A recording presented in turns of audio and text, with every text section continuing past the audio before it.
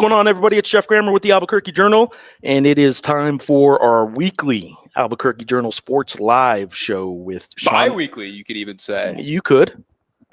The weekly show is once a week.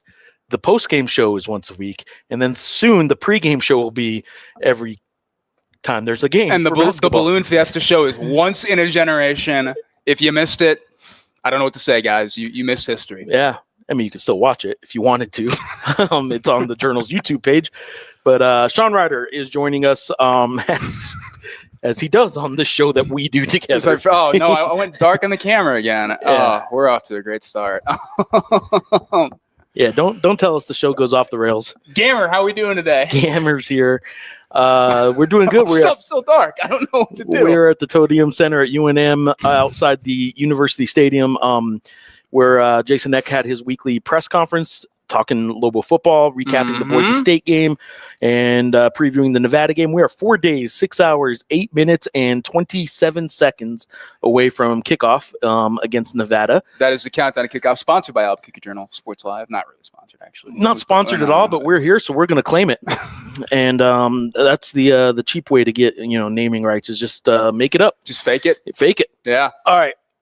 The big news coming out of they lost to Boise State on 41-25. Probably a game that the score wasn't so indicative of the what the game actually was. I think that's kind of the general feeling among people. Yeah, I would say this too that but also it's not like they got hosed or anything. They got put in a spot where they were able to allow 41 points. Yeah, they put themselves in that spot. Exactly.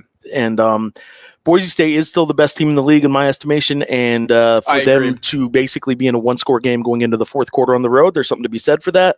Moral victory's gotta quit, being the only thing we talk about after some of these games eventually. But this is still a team that halfway through the season, we're at the midway point, 6 games in and 12-game season, they are 3-3, and everything's still in front of them. They can still get to a bowl game, all that kind of stuff.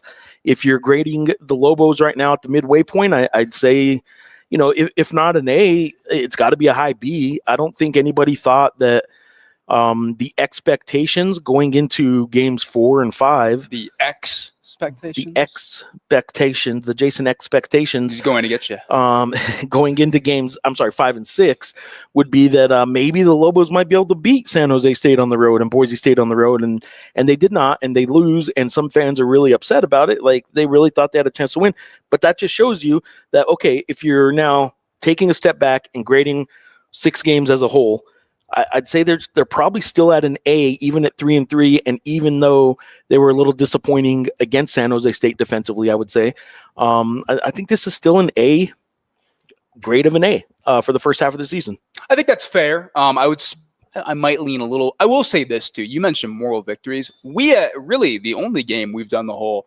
Well, Coach, I know you don't like moral victories and all that. The only game we've done that was the Michigan game. Yeah. I will say that is not compared to last year. And last year was different because they were 0-4 and they had kind of tough schedule to start and all that. So it was more prevalent.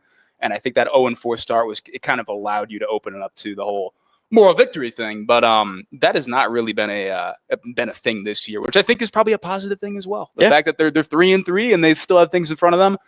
That will undercut a lot of the moral victory stuff. I do want to get to a couple kind of, just top of the hour, top of the line updates from today's press conference, probably the newsiest stuff. I want to start with the injuries in particular. Richard Pierce, we don't know what he's dealing with in particular. I did not say.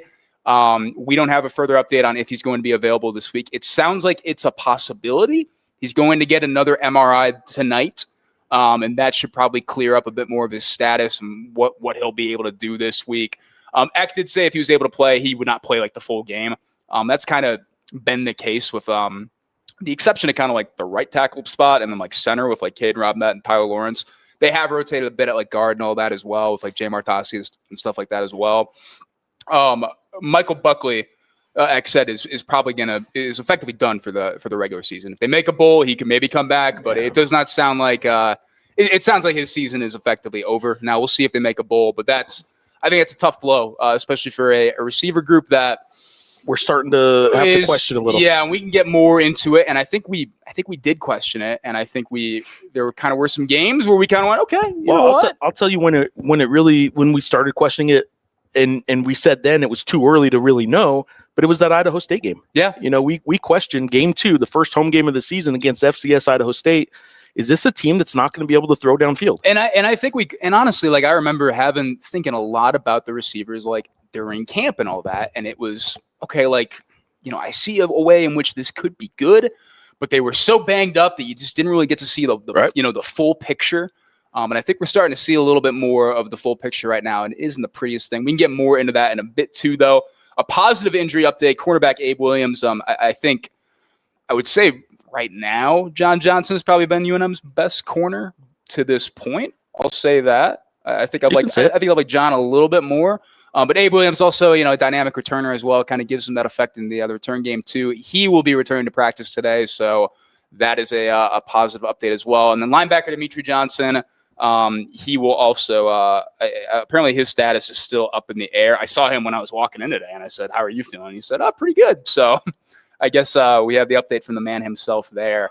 Other not so newsy updates. Jason Eck is a big fan of parades. I will clip that for everybody. He was almost incredulous that there was not a homecoming parade. Because this week is obviously homecoming, right here. Obviously UNM playing Nevada. We'll get to Nevada a little bit, but he was incredulous there was not a parade. Said, come on, Route 66, it's a historic road. There should be a parade down that. But he did say he's more of a 4th of July parade guy. He could actually enjoy the 4th of July parade. He's not the homecoming parade and all that. He can't really partake as much as he might like. I do like the fact that not only does this show go off the rails or never get on the rails, but even the pressers now tend to have at least one moment every week where the sidetrack becomes talking parades and how we didn't have a traveling trophy, then we got the roaster. We don't got a homecoming parade around here. Let's get one. Come on, let's do it. The poor students that put together the chili roaster are just scrambling right now to get a parade going, get permits. Carlos Tenorio on building floats all line night. 1. Carlos, line 1. It's like Stripes where they do the whole thing overnight, the choreography thing. And all that. A little performance. A little performance. Yeah. All right. It's like Stripes. It is. And so dark, dude. What is going on? Jason Eck would like there to be a homecoming parade somewhere. He says on Central. Or Route 66 rather. I think you got to keep it a little more contained to on campus somewhere probably. Yeah. But hey, whatever. Maybe just around Johnson Field, something really silly with the Greeks or something. I don't know. The Greeks, bro. Maybe I can't say that. I don't know. How many? That's not the way to say it. How many brothers do you know? How many brothers do I know? How many brothers do you know here? Who do you know here? I got a lot of acquaintances. I was never in a frat. Were you a frat boy? I was in a frat. I was not. I was a non-frat boy. My wife was a sorority girl, and she was Delta Zeta. So anytime she gets a little frantic or a little mad at me, I'm like, easy, Deezy, easy. Wow. Easy, Deezy. Wow. And that always goes over well 20 years later. So anyway, 4 days, 6 hours, 1 minute, and 10 seconds from kickoff. We're going to pass the time for you guys. Don't worry. All right, I do want to put a bow on. That's one of my favorites, by the way, put a bow on. Let's close the book on. Yeah, let's put a bow on the book of the Boise State game. For those of you watching that game from home, you probably heard what Sean didn't even know was going on. I didn't, and I don't know if it was me kind of locked into the game too much or where I was sitting, so focused. Sitting in the press box in particular. That dog would not shut up. There was a dog that barked the entire game. And I like dogs, but man, I've never listened to a. Why did you say it? Why did you say it like that? I like dogs. I've never listened. I like dogs. I like dogs. I love dog. Believe you me, I like me some dogs. But that game for 3 hours straight, the dog that picked up the tee was barking the entire game. The commentators were talking about it. I don't know. I didn't even watch I didn't watch the full replay. I watched most of the game on replay. I didn't watch it with sound. Yeah. So I didn't hear the dog then. Yeah, they mentioned it multiple times that you could hear the dog barking, and it was interesting. And some of you Boise fans, maybe all our Boise viewers that are watching right now, is that a normal thing, or was there something going on that was making the dog bark this game in particular? Because man, I was frankly shocked at how much the dog barked. Shock might be a little bit of a A little bit overdoing He's so it. dramatic. Oh my God. Richie, how do we keep Penn State from taking Eck? Lose to Nevada? Yeah, lose to Nevada. I think, I don't think the Nevada game's the tipping point for Penn State coming after Jason Eck. Pat Kraft is cracking his knuckles and sitting down at like 9:45 Eastern time. Like, all right, let me correct that. He's got a notepad. He's like, losing to Nevada would probably seal the deal. I think losing to Nevada Beating would. Nevada probably won't do anything. Yeah. How do we keep Penn State from taking Eck? I don't. Nevada. 1-0. All right, James Franklin. Yeah, you look. Just not to get like too off topic, like kind of early and all that. Yeah, like, we don't want to do that. Like genuinely, like I think that you could see a world where like whoever like Penn State hires, like they just hire James Franklin after, and it'd still be like Chip Patterson made the point. Like I think he's gonna feel like feel better about whoever like hires James Franklin, then he's going to feel better about whoever Penn State hires instead. Yeah. And I think like that's such a weird dynamic, like in this whole thing. I'm surprised at the James Franklin firing. I am too. I know it's 3 games in a row. And I think we all thought it was going to be more of a mutual parting of ways. The buyout was so big, all of that. And like we could talk about like, all right, well, they'll mitigate some of the buyout and it might end up being closer to half of what that $50 million and all that, or $49 million or whatever. Poor guy. Give him his money. Yeah, I give him credit. They are giving him his money as of now. Matt Campbell, though. Matt Campbell. You think Matt Campbell's the guy? I think that Campbell would do a nice job there. Interesting. No O'Brien, no O'Brien, no. Bring O'Brien back. That there's such a bad history with like coaches going back home to where they were. Yeah. Well, we'll see what Bobby Petrino does. I'm not suggesting for Penn State, but they played our Tennessee. Okay, anyways. So Matt Rule, who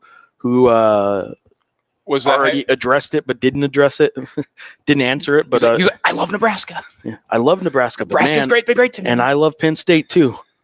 That was the weirdest kind of way to approach that whole thing. I love Pat Kraft.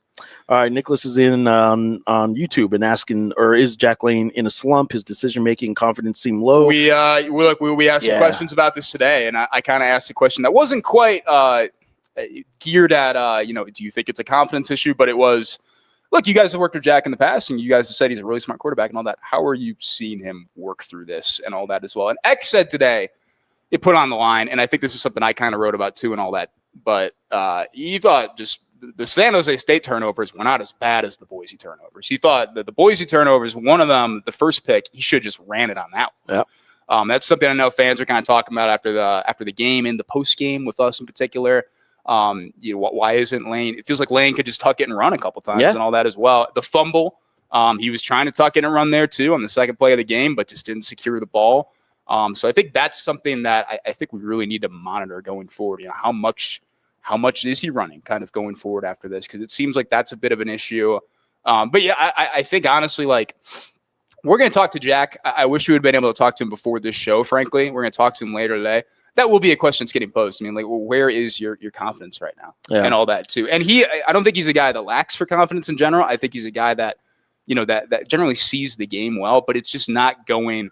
It's not going the way it should be going at this point. And they were playing a good defense, a very good defense, in my opinion. But so, first of all, here, let me get Rob's comment because it's the same topic. Yeah, listen to the hot pod too. Rob, I appreciate that. But if you haven't covered already, how did Eck feel about the performance of Lobstein versus Lane? And do we see more Lobstein? I think, and Sean can address that, but let me say one thing real quick too.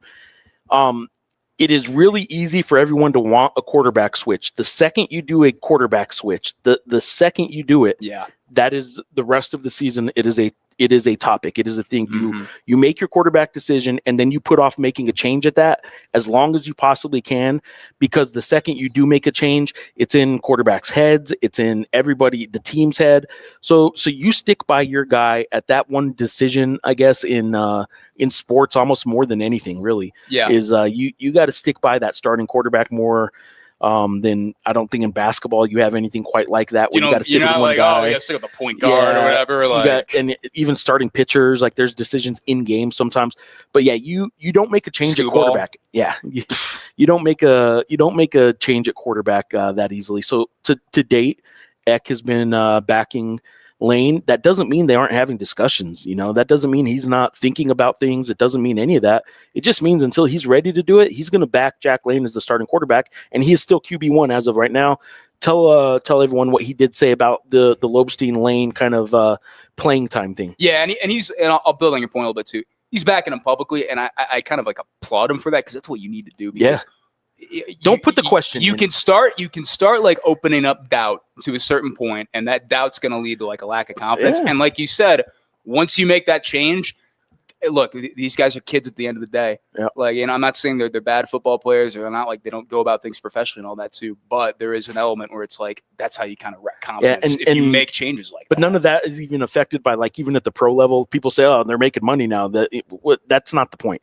It still gets in your head whether or not you're making money doesn't play into the confidence factor. Rob, to build on it, look. Eck kind of echoed the point that he made on Saturday night where he said, look, this certainly was not one of Jack's finer games and all that. Like he didn't shy away. He wasn't like blasting him, but he was pretty clear. Like, no, like we need to play. He needs to play better. And there is an element too, where the offense as a whole, it made Scott Van Pelt's bad beats. No, that is a good point. That's a good point. 2-point conversion and all. Man, we should have hammered that question, man. We should have. First one off the bat. No, but look, like with Lane, like, he didn't play a great game. I don't think Eck is shying away from that and all that too. But what he did say, today in saying that Jack's a guy, and I think we kind of covered this in the post-game show too, was Lobstein was going up, he had the one offense around him, and he was going up against Boise State's twos.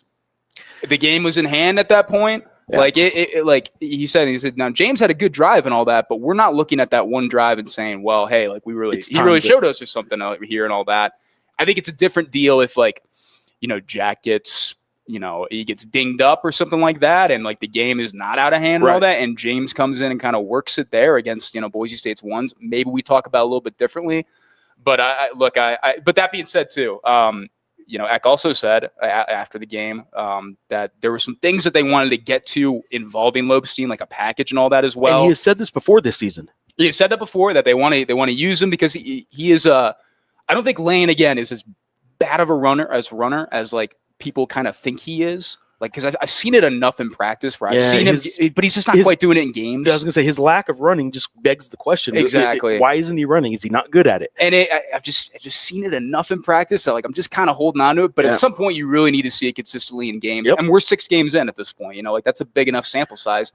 That being said, Lobstein, I think, is a better runner. And I think he brings some things to the table there. I do think he's competitive and he's a gamer. But... you'll start seeing more Lobstein, it sounds like, though. Yeah, and I could see it even just being like kind of like that low red zone package that they showed against Michigan and all that. I could see that where they just have like the +1 in the run game, and that kind of helps there. But I would be really surprised if we got through the course of Saturday and we didn't see Lobstein pop in for a series. Now, and not a start of the 25 series, but more, again, that high red zone, low red zone situation where it's his presence kind of benefits situational. They throw a curveball. I think I think he's handled it the right way so far in that he has not once backed off Jack is our QB1. Jack is our starter.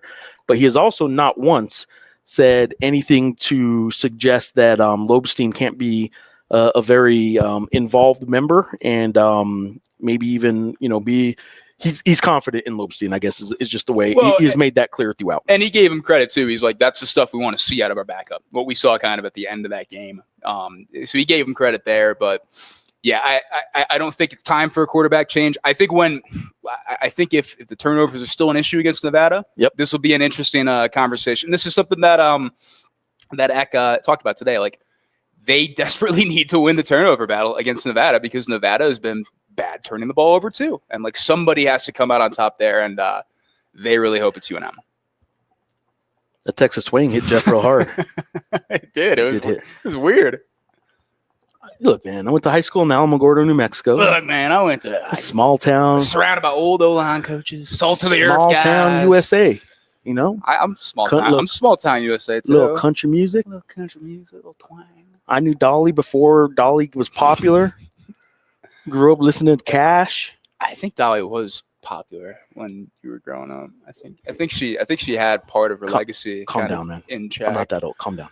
Man, have you heard this Dolly Parton? It's like 1999. Back to Eck. More likely OSU going for Eck. Oregon State. I don't know. I mean, is Northwest, man. It could. I will say there is some chatter about a certain head coach in Michigan maybe going back to Oregon State after a 38-13 loss to UCLA. One more on the James Franklin front. Penn State should hire Keegan-Michael Key for a day just to see the fan base lose their damn minds. Yeah, it wasn't Terry Smith. They brought in Keegan-Michael Key as the interim. That would be pretty cool. That would be pretty funny. Want to know. Another basketball thing. The Grammar Podcast needs one of those international basketball players on there. So I've had two players on, and the first one was international. He's from the Bahamas. But I've had two players, and one from San Diego and one from the Bahamas. So technically, I've gone 50% international player so far. I would also tell you that I will interview the players that are made available. I'll take whoever they decide to let me interview, because I plan to interview all of them at some point. Very brave of you. Yeah. So yeah, I agree. I would love to talk to all of them at some point. One more basketball related. Tom's asking Geoff regarding your basketball ballot, your preseason ballot. You had San Diego State 1. Were you? Can I cut you off? But we're 2 seeds tough. Yes. Were you surprised San Diego State didn't make it in the AP preseason poll? No, because I saw enough polls starting to come out. So had you asked me like a month ago, I probably would tell you that I did think they'd make it. But in the back end of the 20s, and that, I put them at 24 myself, so I knew it was going to be close. But I wasn't surprised yesterday when the poll came out, because by then I kind of suspected it wasn't going to happen. But I'll tell you what, like, two things. One is, and I wrote about it. I did a little column around the Mountain West column in today's journal. It's online. The Mountain West not getting a preseason team ranked. And the Mountain West not being very ranked high or ranked very high in the analytics, like KenPom and all those kind of things. It happens every year. It is a league that's hard to predict preseason wise, because it is a league full of transfers. Like the Mountain West has been bringing transfers in long before the transfer portal era. So they have newcomers a lot. They have guys that weren't on the 4 or 5 star kind of recruiting lists that everybody knows about. So when you have newcomers and transfers all the time, it's just hard to predict a whole lot out of the Mountain West. But in the last 4 years, the Mountain West has had 18 teams in the NCAA tournament. They've only had 2 teams on the preseason top 25, and they've only had 4 teams total ranked in the KenPom preseason top 40, which is about the cutoff. Right around 40 is usually the cutoff of where an at-large team gets into the NCAA tournament. Last year, UNM was one of the final at-large teams in the NCAA tournament, and their final KenPom ranking was 41. So if you look at the preseason KenPom top 40, the Mountain West has had 4 teams in it in the preseason one for the past 4 years, and 2 teams in the AP top 25, and yet they've had 4 teams in the tournament, 4 teams in the tournament, 6 teams in the tournament, 4 teams in the tournament. So 18 teams, and only 4 were actually on one of these preseason lists. It's not uncommon for the Mountain West not to get preseason love, because it's a hard league to know what the players are actually going to do. There you go. As far as the Mountain West ballot, yeah, I'll post my ballot sometime later this week, probably. The media day isn't until next Thursday. That's when the poll will be released publicly, the overall media poll. But yeah, I'll tell you right now what I ended up doing was I went with UNM 4th. I did go San Diego State 1, Boise State 2, Utah State 3, and in New Mexico I went 4th. I don't think anybody else is going to even have them that high, though. I think GCU 5. GCU 5. The reason I went GCU 5 is I just think the step up in weight class is going to catch them on a couple nights. I don't think they're going to be able to avoid a couple losses that they probably just aren't used to playing a 20-game schedule against a better league. And the Mountain West is a much better league than the WAC is. The numbers bear that out. It's not just I cover the Mountain West kind of thing. But I will tell you that Grand Canyon is good enough to probably sneak in the conversation to win the league if San Diego State slips. Just like I think Boise State, Utah State, and frankly, best case scenario for UNM is there in that conversation too. So I'll also be on a podcast later tonight in Fort Collins, Colorado State themed podcast, and talking Mountain West too. Who's pod? Steve Ivey, Swole Cracker on X, and I did retweet his his announcement of the show. So you can follow, if you follow me on X, you can find it there. So. I want to provide a quick update. New Mexico, per Circa Sports, opened as a 8-point favorite over Nevada. They are one of the biggest movers since yesterday of all the college football games. New Mexico is now an 11.5-point favorite.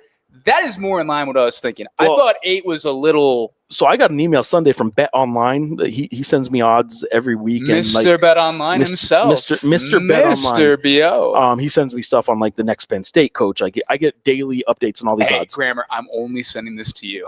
It says Geoff in every email. I just wanted you to see this before I get it to everybody else. I'm going to show you how wise this guy is, because the start of every email says, "Hey Geoff, thought you'd be interested in these." and I know he does that to his 10,000 person email list. I know he does that, but I appreciate it. All right. Hey, I just want to show you first. Anyway, they had New Mexico as a 10.5-point favorite. Yeah, I thought Circus seemed low from the start. 8 was surprising to me. I do like. Part of it is because I know a guy that does college football and college basketball odds for Circa, so that that kind of helps in my regard. So I look at a lot of Circa stuff, anyways. Yep. And they drop lines pretty early too, which is nice. But I thought 8 was low, and I figured they would be a double-digit favorite, not a 2-touchdown favorite. I don't think so. Yeah. But kind of in that range between 10 and 14. Touchdown and a field goal. You got to get to double digits. You just do, I think. Exactly, and I think this is more in line. We should probably talk a little bit about Nevada. What other questions do we have? Let's get back to some football talk here. Yeah.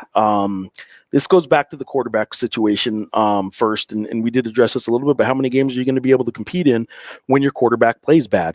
I think he means continues to throw too many interceptions. Yeah, not too many, but it's also like, not too many. I think it does kind of depend on the level of competition to a certain point. Yeah. I think there's a world where. So Michigan and Boise State, let's talk about those 2 games first. Those are not games you're going to win when you're giving up 3 possessions. Yeah. You're just not going to, it's not going to happen. And I think in one of those 2 games, so their 3 losses were, they lost the turnover battle in all 3 of them 3-0. Yeah. I would tell you in the Michigan game, Jack Lane was a big reason they were even competitive. I don't because they took away the run so effectively. Yeah. I don't even fault one of them. One of the picks was basically an arm punt. I don't really fault him for the turnovers there. That's a good Michigan secondary. It's a good Michigan defense.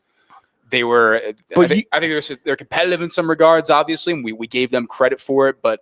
And his toughness and all that. Exactly. But I don't think Lane was really the problem there. But then Lane at Idaho State didn't do much, and we were asking, okay, well, is it because of the passing game? Does he not have the receivers to help him? Blah, blah, blah. Yeah. I will say this. We differed a little bit after the San Jose State game. I thought he started to make some bad decisions then. And then the Boise State game, even Eck acknowledged, and he said, Jack will be the first to tell you. I think there were some bad decisions. I think the Boise State game, was where we, I think where they were plainly bad decisions. Yeah. Just not playing well, not seeing the field great, and I think Eck put it well. His reading that you just kind of force things and trying to make plays when the play maybe wasn't entirely there.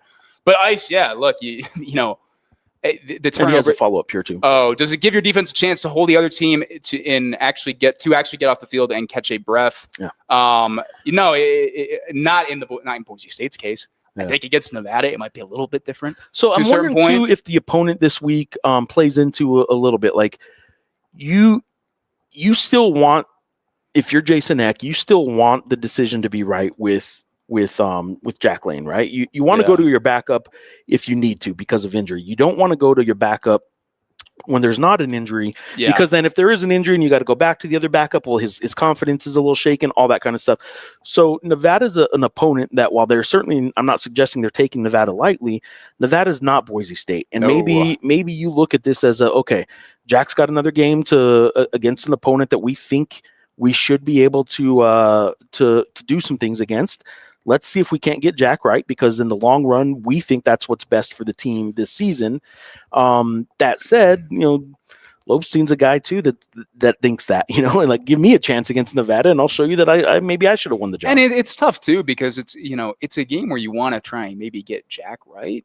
And again, you need to win the game regardless, right? Let's just get that out there first. Yeah. I don't think they're looking into it as a, we'll boost stats here to make guys feel better. I think they need to just get things right to win the game.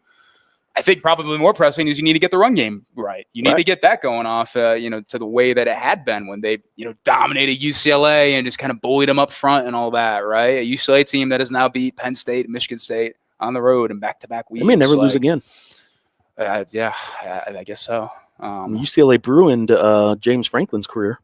They may have put a damper on Jonathan Smith's too. Yeah. I think you just have to get things right. And also, I didn't touch on this too with the with Pierce's injury. Novell Brown, I'll post it too deep in a bit. Novell Brown is going to be starting left tackle, which moves Malik Elaine inside to left guard, more of a natural position for him. And then Jamar Tassi is going to be. So I guess Pierce's absence doesn't really affect those changes so much, but Tassi is going to be the right guard in place of Pierce, and then Israel Mukwaizla is going to kind of rotate in as well, and then we'll see Pierce's availability. But this is going to be a different starting five than we've seen really throughout the course of the year, frankly. All right, Adam, I'm going to get your comment here in just a second. I want to throw it is another Lobstein Lane quarterback related question.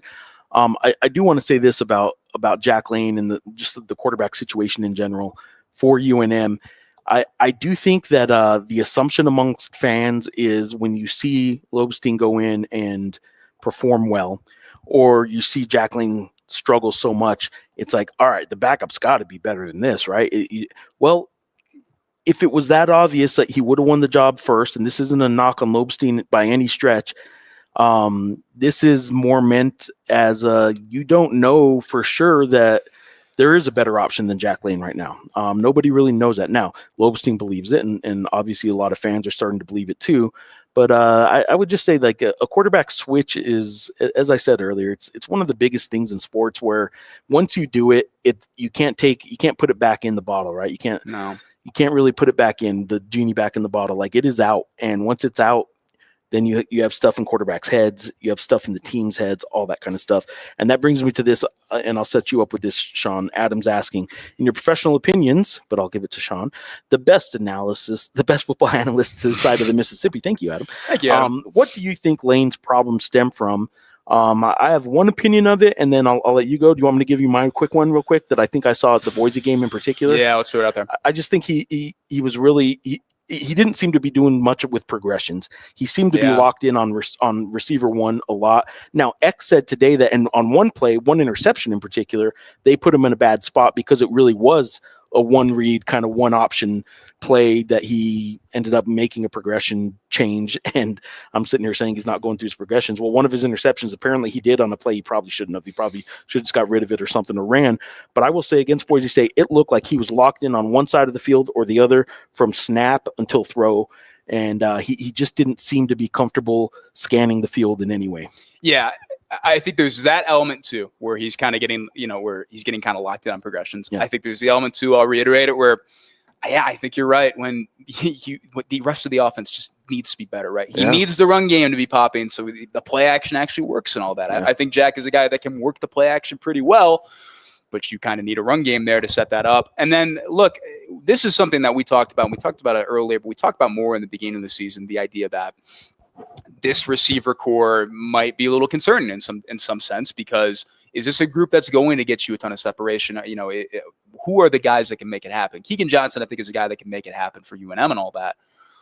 But like Eck did say today, he's like, I think we're probably going to see more man coverage than we did, than probably Nevada's been playing this year, because Boise State did a nice job against us in man coverage. And we probably need to switch to, or take a look at switching over to kind of, crossers and all that, and, stuff on the inside as well, or underneath, I should say, because we have not been able to get separation, all that. And he admitted, and this is something that we had talked about earlier too, he said, 6 games in, I think it kind of gets to a point where you don't know how much better it's actually going to get. Right. And, we kind of discussed that. It was a question I asked. If I remember, I kind of phrased it like that. At what point, does it, does it kind of get, at what point is it just kind of is what it is and what you have to deal with?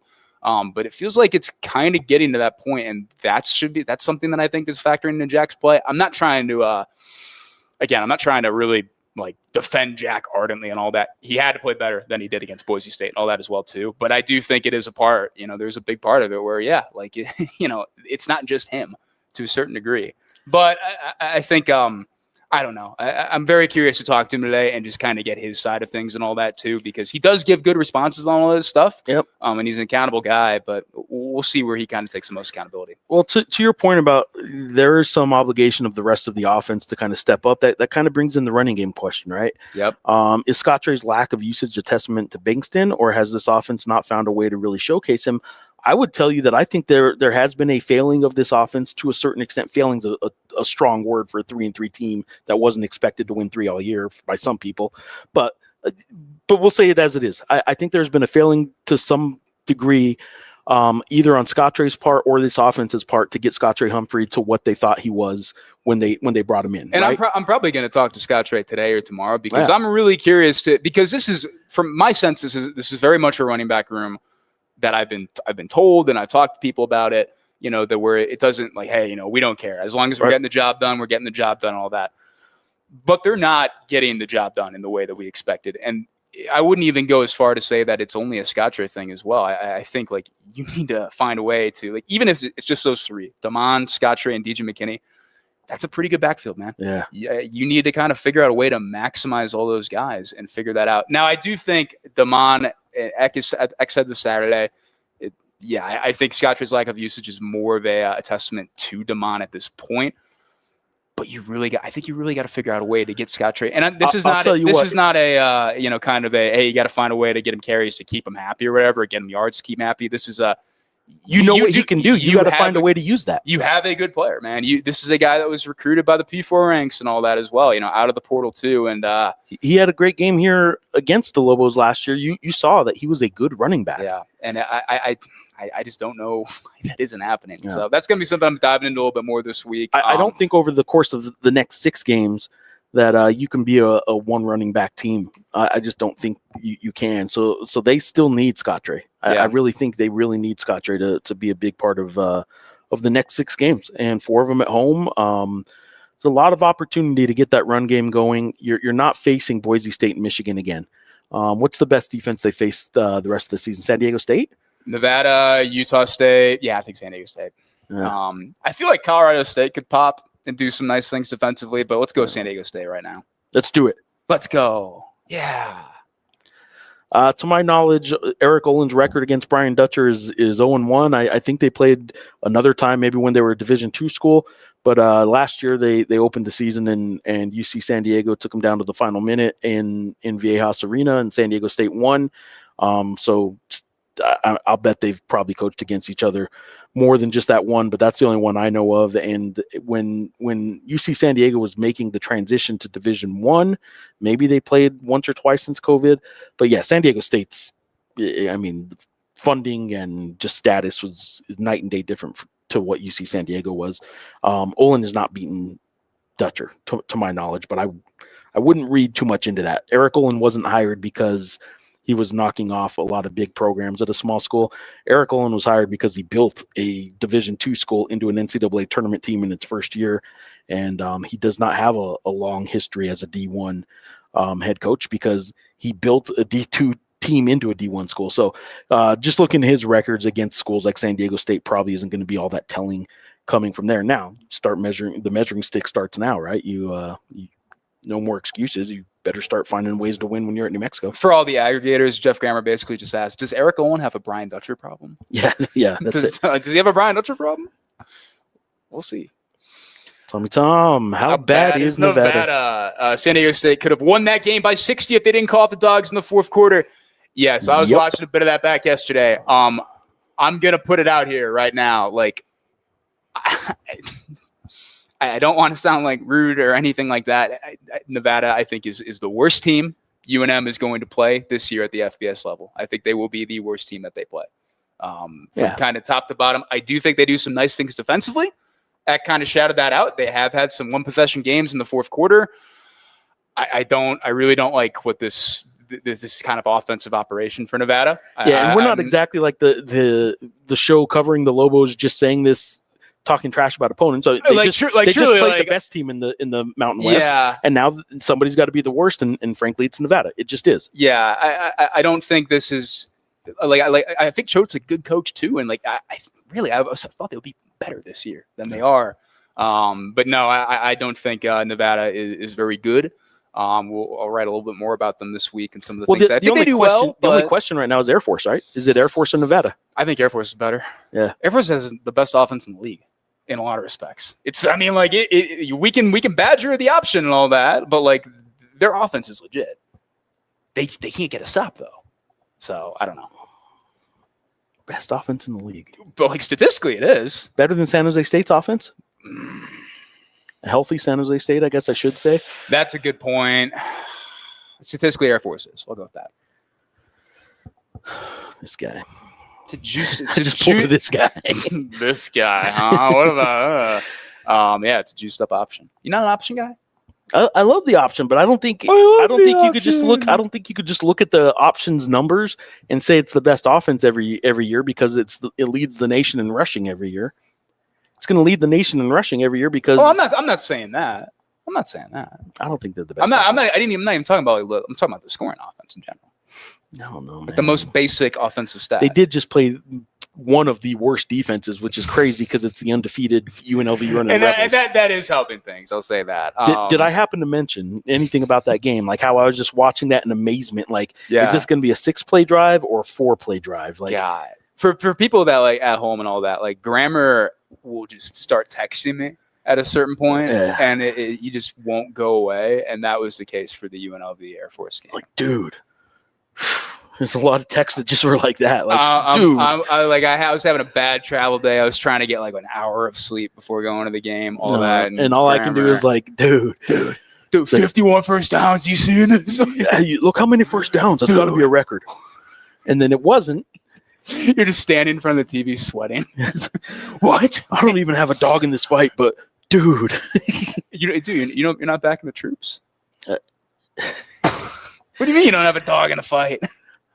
It wasn't war. It was a football game against UNLV. You don't stand with the troops in war, and you only stand with the troops in wartime? Love it or leave it, Grammar. Love it or leave it. What's the word on the offensive line? Any changes? Hashtag to Tacoma. Yeah, I kind of ran through them, but I'll run through them again now. I don't know if you're on. Novell Brown is going to be starting at left tackle as Malik Elaine moves into left guard, more of a natural position for him. Cater Robnett and Tyler Lawrence are in check at center and right tackle, respectively. And then with Richard Pierce out, freshman Jamar Tassi, who Eck was very complimentary of him today, and I think has earned himself an Albuquerque Journal interview this week. Tassi will be starting at right guard. So that is sounds like a punishment. I would, yeah, it does. You got to talk to the Journal. But I think, look, if Pierce is healthy, he said that Eck said that he'll rotate in, and I would expect to see some Israel McWise also rotating in as well. I don't know. That was a really bad thing on my part. I should have asked about this today. I'm a little curious. I don't know where you're going here. Isaiah Solomon, I thought was a guy that would probably be rotating a little bit more in, and he did not against Boise State. I don't think he did against San Jose State, but let me double check. In fairness, Sean was a little preoccupied during the presser today, coming up with parade questions. All right. Yeah, no. Solomon is not rotating in the last 2 weeks. I kind of missed that one. I should have probably asked about that. Big parade guy, Jason? You big parade guy, man. You like parades? Sean did ask. Man. Big parade guy? Big parade guy. All right. I will jump to our friend Bradley Benson. Wow. We got Brad Benson, KRQE, on the show. Do-do-do. I don't know. So, yeah, grape, blueberry, or watermelon. You know, I really haven't hammered this home like I used to on the show. FMK. Okay. I'm not going to do that, actually. Well, we don't have a sponsor, so, like, who cares? We better not. Yeah, I don't think we should. And I don't know that would be appropriate for these. I don't think it would be appropriate either. You're right. I don't know. Anyway, what are you picking? For those that don't know. Oh my God. I think everybody knows at this point. Sean Reider has never had a grape in his life. He has never had a blueberry in his life. Nope. He's never had watermelon in his life. He said earlier today that of the three, watermelon is the lowest on the lowest. Because I know people that like they're just like it's whatever. Like you're not missing much. The same people that are like incredulous about not eating like grapes are like it's just watermelon. Like okay, fine. Doesn't taste like much. Watermelon? Doesn't it just taste like water? No, it doesn't taste like water. That's what I've been told. I wouldn't know. I wouldn't know. Wouldn't know. But you'll believe the. Well, yeah, I got. It's like confirmation bias. Somebody once told you. Trust the experts around me. That's what I got to do. Experts. I don't know, man. What are you picking? What are you picking though? Oh, if I'm ranking them? No, I'm as per ranking. I was asking you to pick one. Like, I'm a grape guy. I'd go grape, watermelon, blueberry are my my hierarchy on those three.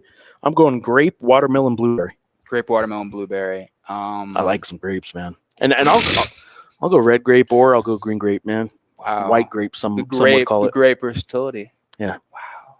It's the great grape question. Okay. All right. Okay. Some frozen grapes. Frozen grapes. Yeah. Try them, man. Oh, man. I think my mom always had, I think, some frozen blueberries in the freezer. Interesting. The ones that she like picked. Yeah. Yeah. I was there. How have you never had a blueberry muffin, man? I had a cat named Blueberry Muffin. I almost accidentally had one, and I was like gonna take a bite, and I realized, like, whoa, I need to get that out here. I don't want no. My sister got to name the cat. Want no part of that. She named her cat Blueberry. Blueberry Muffin. Blueberry Muffin Grammar. Had a middle name, Muffin. Oh, that's cute, actually. Yeah, we actually ended up calling her by her middle name, Muffin. Come on, Muffin. But it's Blueberry Muffin Grammar. She also named the other cats Mittens, Patches, Flower. Had a little black cat with a white stripe, looked like Flower from Bambi. Finally, never seen Bambi. Finally, Geoff gets that. We had 4 cats growing up. Four cats through the early. Where else are you gonna get? Where else are you gonna get this feline lore? And I finally. Where else are you gonna get? I finally get to name the last cat we got. What'd you name it? Well, it was when we still had Muffin and Mittens, and I got to name the third cat that we had at the time. Steve Young. Tiger. Nice. Yeah. Nice. I'm allergic to cats. Tough blow to the wide receiver room, losing Buckley for the year. Dude is a warrior and worked his tail off 100%. I agree, Ben, and it sucks too because Buckley's a good story. This is kind of finally the opportunity that I think he has one more year of eligibility left. I'm pretty sure. Okay. I think with kind of his redshirt and medical redshirt stuff. And all that actually came up. Remember that? That was never mind. Buckley's a really good story. He's a really easy guy to root for, and it sucks because this was kind of a good. He didn't have a statistically like amazing year, but he's getting a lot of run. He had that crazy save of a catch in the he had what the UCLA game, the first play when they did that trick play. Yeah, and he did that one-handed grab. That one, and then he had another save in the San Jose State game, if I remember correctly too. Yeah, that's right. I'm blanking as well, but no, that's a tough one, and it just kind of hurts a room that. I think there's guys in there that can definitely do some stuff, but it really would have helped if everybody was at full strength. Yeah, people. So. I mean, we're a lot of real estate on this show being occupied by Jack Lane talk, and I'll tell you lose a receiver doesn't help either quarterback. No, and it kind of puts pressure on guys like Ziel Smith to really start making some strides and all that as well. So we'll see what happens. UCLA is kind of fierce. Did anyone see about Cronin's post about Dent and expectations? The pressure, geez. Yeah, for those that don't know, Mick Cronin talked about recruiting Donovan Dent this offseason. And I will preface this that there wasn't a lot of context put into this getting out yesterday. But Mick Cronin did say, first of all, the context. Pitino and Cronin are very good friends, Richard Pitino, and they talked a lot. So I think Cronin kind of wouldn't have said this had he not known how Dent would receive it. That said, what Cronin says to keep his tough guy image out there was he told Dent, "Look, man, you're not just coming to collect the money and come home. Like if you don't play defense, I'm going to make your senior year miserable." And Ben Bolch is the UCLA beat writer for the Los Angeles Times, and I look forward to every Mick Cronin media availability because you just get some quotes out of Mick Cronin, man. Yep. They are those are some good sessions. Yeah, like he will fill a notebook for you quite easily. Watching the game back, the Boise State game, seems like Jack holds the ball too long. Do we already do this, or do we just talk about this? No, we haven't done it. Consistently going deep, Lobstein throwing 5 to 10 yard passes on the final drive. Is it our play calling that was different? I'll say this: the big thing, and Eck talked about it, Sean talked about it earlier. Like they were going against backups. Lobstein was. That doesn't mean Lobstein can't be successful, but it is fair to put in context. One went against the ones, one went against the 2/3s. Yeah. So. And the element of I don't think it was the play calling in some sense. I think it was he did note No, he said some of the play calling. Some of the play calling, but there is the element too of it's kind of with Jack kind of going deep. It was kind of forcing some things as well. So and I will say too, like we've heard it enough. We heard it against San Jose State about kind of the defensive game plan and how it was kind of a flawed defensive game plan as they kind of look back against it. And we're like, you know what? Like, we're pretty good on the D line. We probably shouldn't have taken out an extra D lineman. We probably should have resisted that temptation. And I'll give them credit. Like, they played I think they played an offense that was more suited to, how this defense is built against Boise State and all that as well. They gave up 41 points, but also did kind of perform well in some respects. I do think and I'll give credit too. Like, he's a guy that has always came out and said, no, we need to coach that better when he's thought they had to coach better. And we've heard, frankly, there was some stuff we heard a lot this week. It wasn't just one or two things. There was that 3rd and 3 that ended up being a play that they had a check option on that. Well, then they get a delay of game. Yeah. He said, no, we should not have had the check there. I'll say this. I see some similarities in this regard as the basketball guy. Eck and Pitino was so comfortable in his own skin. He didn't care if he said something that made him look vulnerable or question him as a coach. Like if they were bad, they were bad. And I think Eck, because he's probably just this confident anyway, but also early success in your tenure at the step up job to FBS, probably has afforded him this confidence too. He has been pretty open and pretty, open. He's been pretty open about coming to these pressers and saying the analytics said I shouldn't have done that. I think we should have coached him up on this play. And I think maybe we could have put our guy in a better position there. And he's been specific about when those instances are, not just in general terms, like, oh, we could have done better. It's not like Kenny Dillingham being like, I got out coached guys. Yeah. And I know Kenny Dillingham's getting a lot of rightful credit for that. And kind of the spiel he went on, but it wasn't quite. It was like, well, I got out coached because we had a bad plan or whatever. Eck's been pretty open about when he can acknowledge or has acknowledged that maybe it was on them. Like he's come out and said that. And I think he's been pretty good about that. And I think that gives you, that transparency, that gives you more slack in a lot of respects too, especially in situations like this. I do want to show you this real quick. Speaking of. Wow. All right. That's phenomenal. Mick Cronin. I want to see what Sean looks like on Geoff's camera. I'll hop over. All right. Whoa! Hey, there you go, Matt. All right, off my camera. I hope Matt was. Oh, Jesus. Okay. Do you want to see what you look like? It's my new work computer. No, it's bad enough I see it this way. Oh my God, it's so dark, dude. I don't know. Okay. Maybe if I stay closer. Jeffrey Holland wants to know, when was the last time the Lobo football team went to a bowl game and the Lobo men's basketball team went to the NCAA tournament in the same year? Basketball didn't go in 2015 or 2016? No. Did they go in 2008? No. They go in 2007? Yeah, that's a good question, huh? Well, not 2008. They didn't make a bowl that year. NCAA tournament wasn't Alford's first year in 8, so yeah, good question, Jeffrey. I'm gonna have to look it up. Jaden Andujo is saying on YouTube, UCSD lost to San Diego State. Jaden led the team by a game winner. I'm sorry, I thought that was last year. It was 2 years ago. You're right. Don't give them fuel. I don't know what that was too, Richie. I apologize. That was already 12 minutes ago. Okay. That team went to the Sweet 16 that year. That's correct. That San Diego State team. 2005, they went to. Yeah, that was Danny Granger's year, right? Yeah, they went to the tournament, but they won 6 games, but did not make a bowl. 1999? No, because that would have been Rockies. I'm talking about football. Oh, because that would have been the first year of the Mountain West. No. Yeah, they didn't make that. That was Fran Fraschil's year. Oh, yeah, they were 4-7 that year, and then you got to go back. Maybe 96. 96 would have been one. That was one of Dave Bliss's really good teams. That was Dave Bliss tournament. And that was 97 maybe? Was 97 Rocky's first year? Yeah. I don't know. Was it 97? 90. All right, remember, for football, 97 means 98 for basketball. Yeah. Well, so 97, they went to the Insight.com Bowl. Okay. 9-4.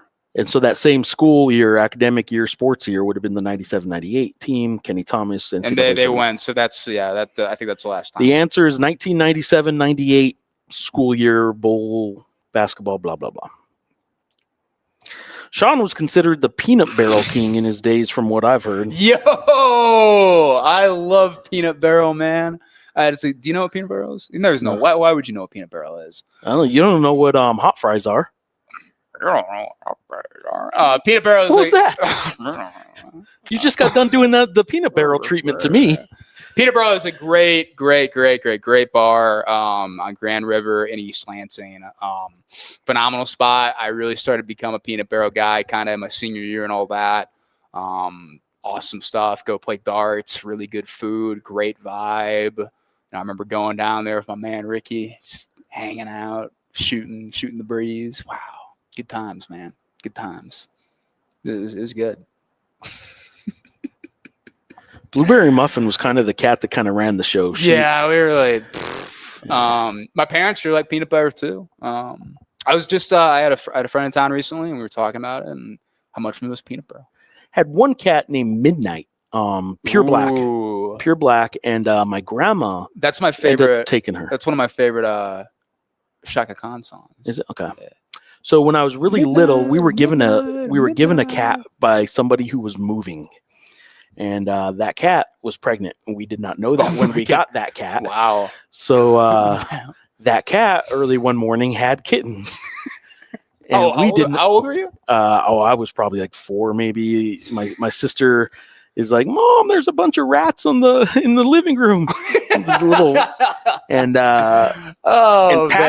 Patches was the mama cat.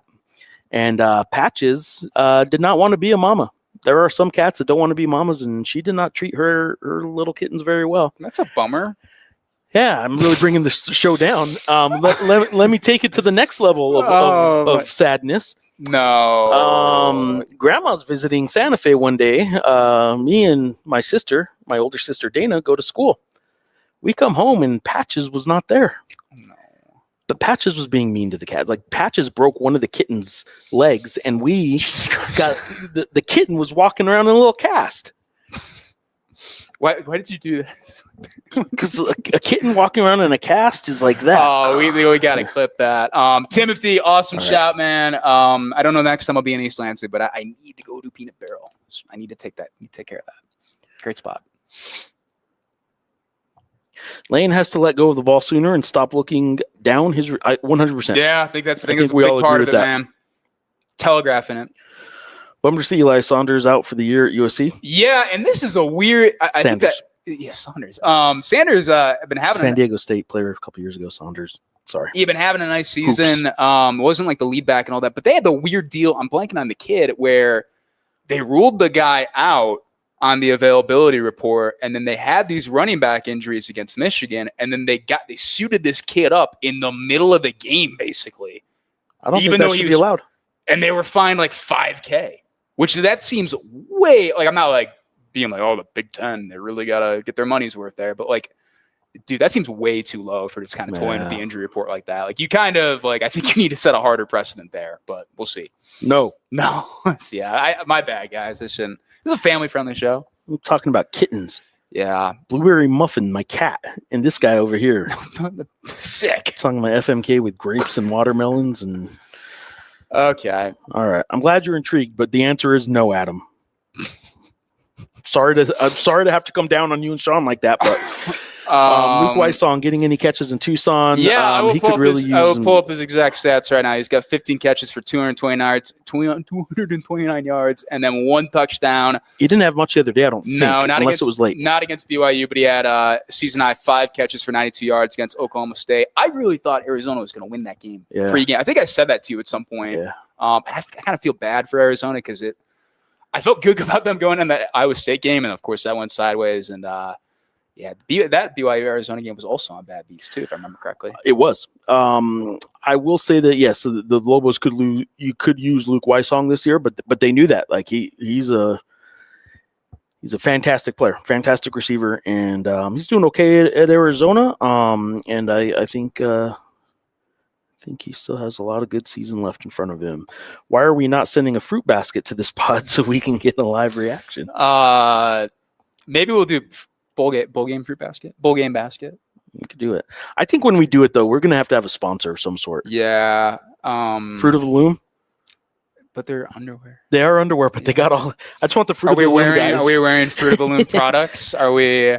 Just saying. We go to Kmart. You guys donate enough. I'll wear my Fruity Balloons. Oh, good God!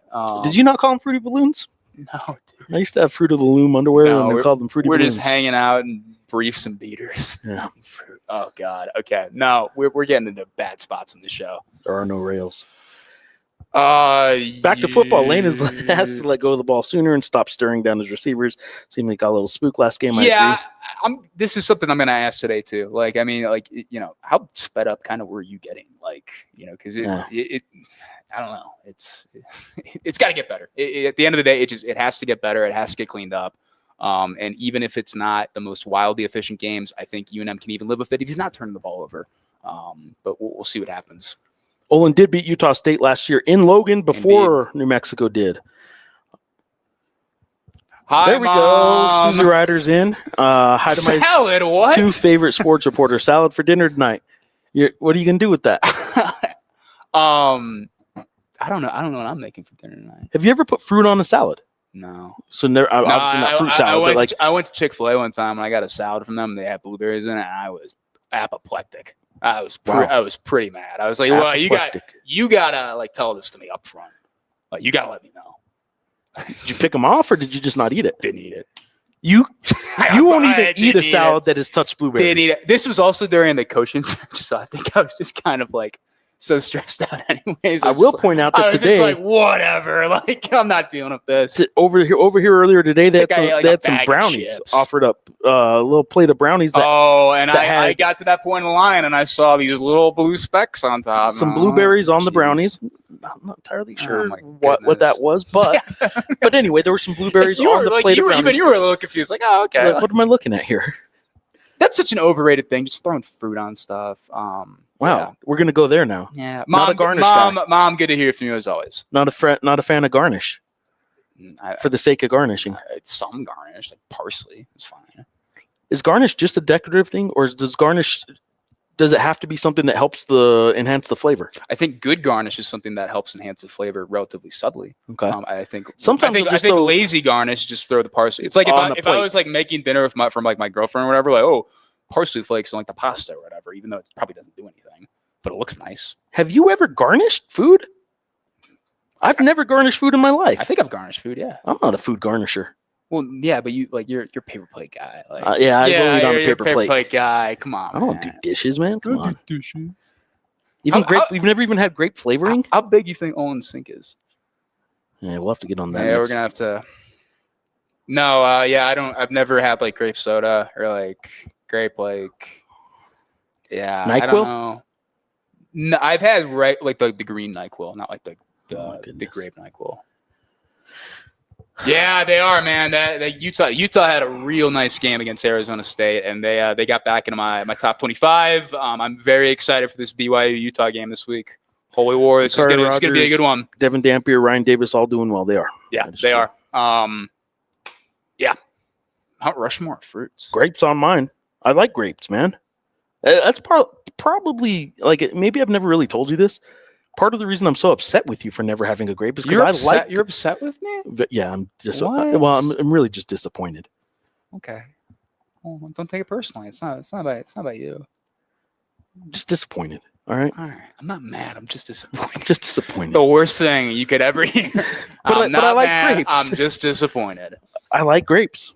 I do like grapes, and you know what? Watermelon might be up there too. I don't think blueberries would be up there. Those are berries. I've been tempted by watermelon. I think more. I'm just not in like a big hurry to do because I've been like you've been tempted by watermelon. Yeah, you're at like the beach and they got like watermelon slices, and you're like, ooh, I'm tempted, but it's I won't this would be a good day to like break the bit a little bit and kind of like just walk up and eat it. I'm like, what are you eating? Like, yeah, I don't know.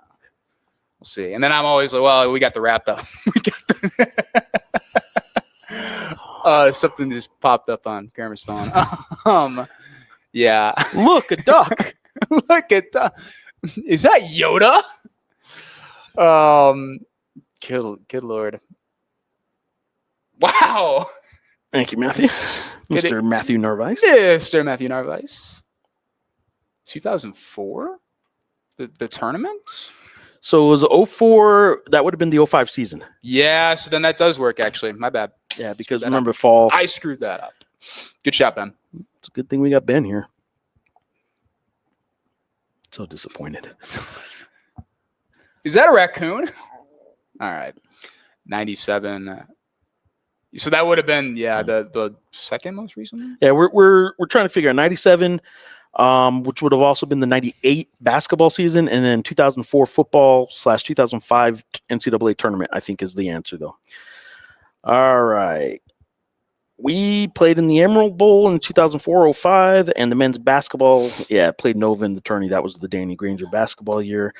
All right, Matt, what do you got for us? I'm not sure if this has been brought up yet, but I have real concerns. The Lobos cracked 20,000 on Saturday. Combined with the late start and 2 straight losses and knowing how folks are here in New Mexico, I would be surprised to see the team get that many to the game. Any idea where ticket sales are going right now? I can check in on ticket sales after this, but because I am writing something today kind of related to fan experience, stadium, blah, blah, blah.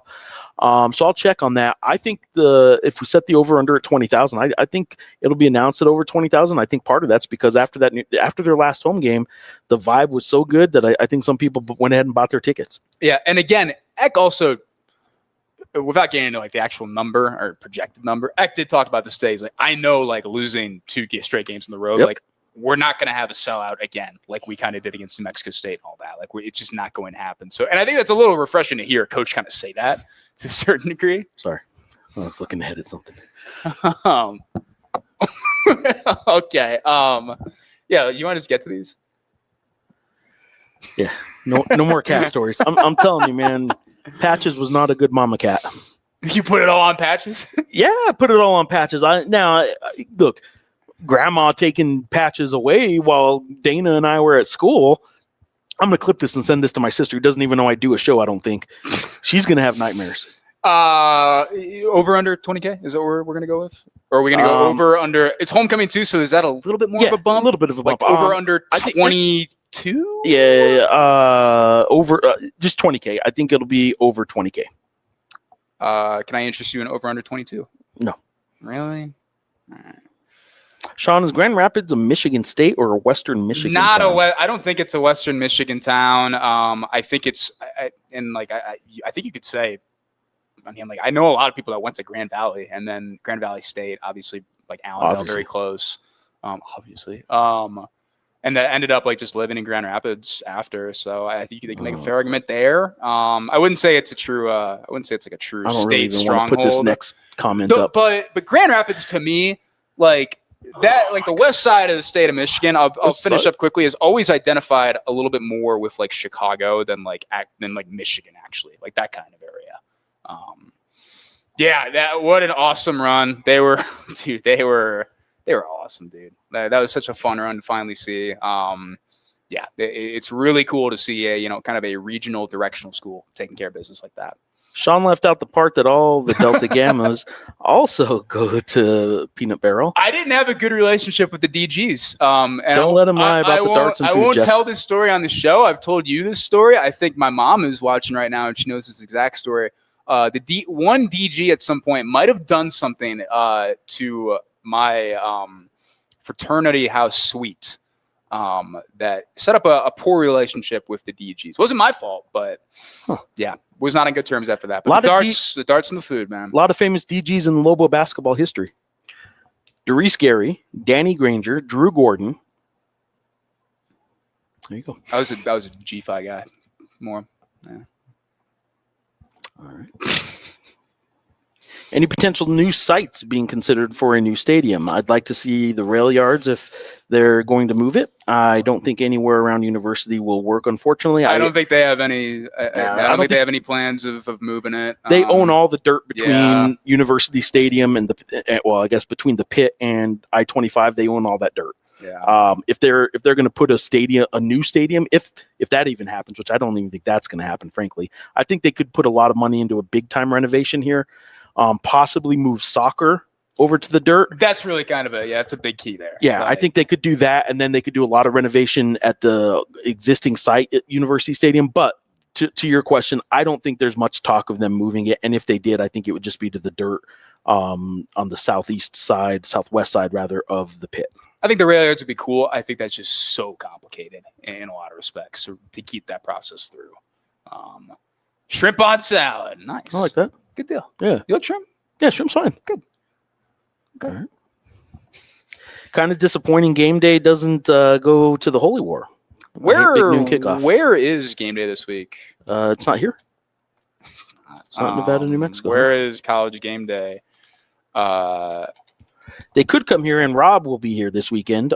So who needs college game day when you got Rob coming from Fort Collins for homecoming? He will be here this weekend, and his guess is over 20,000. I think it was more of a like him being here solidifies it being over 20K. Yeah, in 19999. Otherwise, he runs into the stadium. Yeah, let's go. Up a big 20K. Like, let's go. Can I say something too about game day? No, I'm sick and tired of hearing about Kirk Herbstreit's travel. I'm just so tired of hearing about it. Like, I don't really care. Like, whatever. Are you not sick of it? It's like getting old to me. Like, I'm okay with it, man. Like, I don't know. Like, sick of them picking games. I thought it was a little much. Who's the Richard Deitch for The Athletic? He kind of went on his podcast. He was talking about it. I'm forgetting exactly who was supposed to be like his backup for that game, but like he was on basically standby to call the game if Herbstreit like couldn't make it and all that. And he was saying like, what a crappy feeling for that guy. I don't know if it's quite to that level, but like, I don't know. I'm just kind of over it in that regard, but all right, whatever. Speaking of picking games, who has the better percentage in predicting football victories? I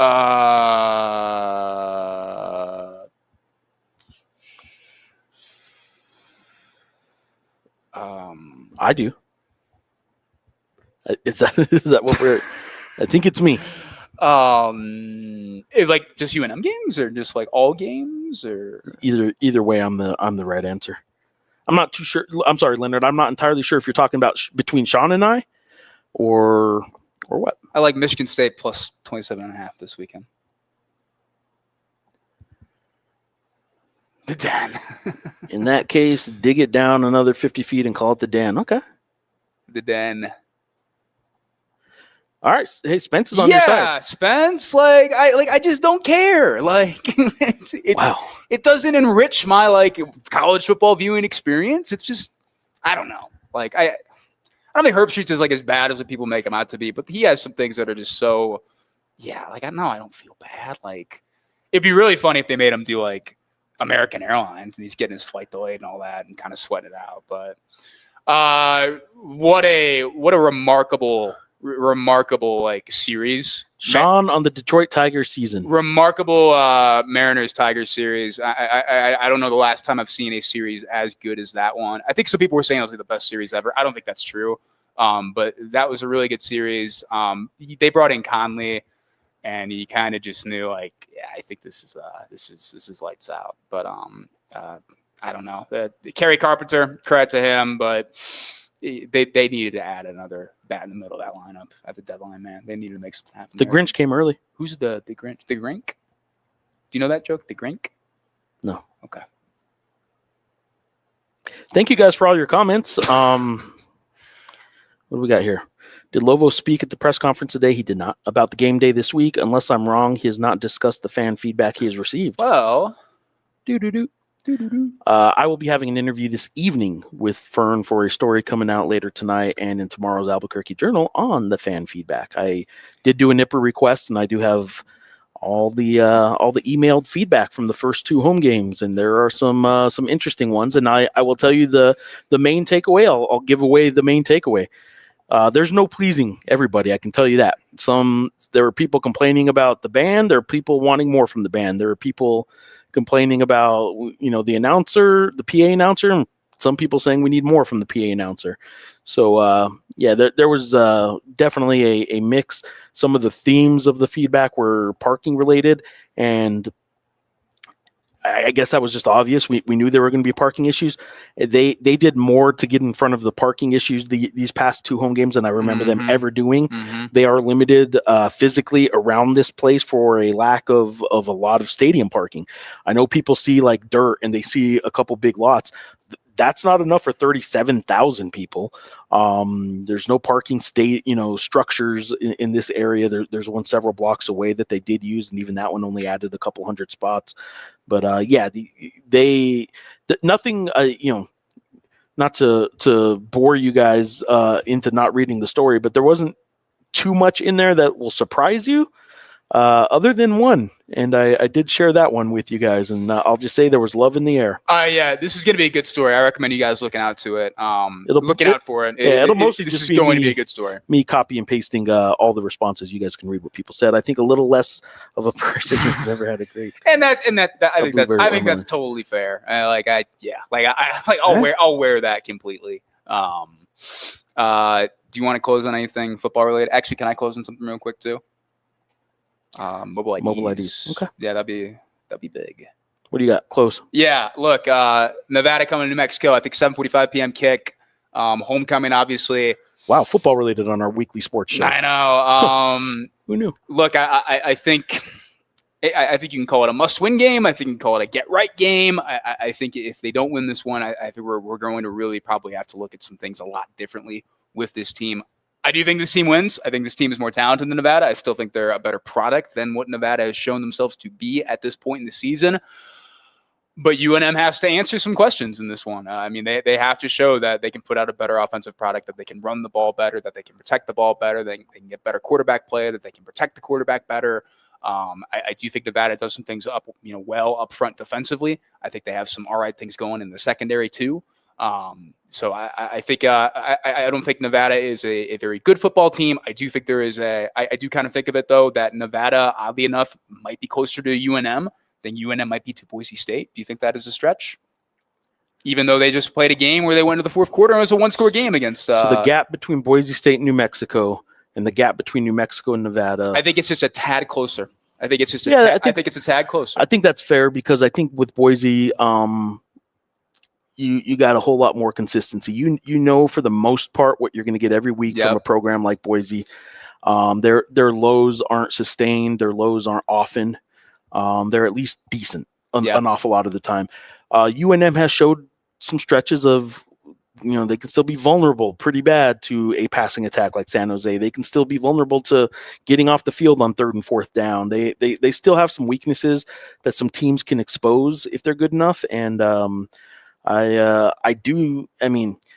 said, I think Nevada's pretty bad, and I think New Mexico is a pretty solid middle of the pack Mountain West team. Yeah, and I think a part of it too. I think with Nevada and New Mexico, the kind of the equalizer with them, it's to a certain point is like quarterback play. Particularly if New Mexico is not getting good quarterback play, then I think we could see a game where Nevada is slugging back and forth without making it happen. But we will see what happens. Obviously, against Boise State, I think what I saw out of the defense was pretty encouraging. How they kind of bounced back and I got a bold prediction. Nice what do you got? You got from me? Scott Trey Humphrey over 80 yards and finds the end zone.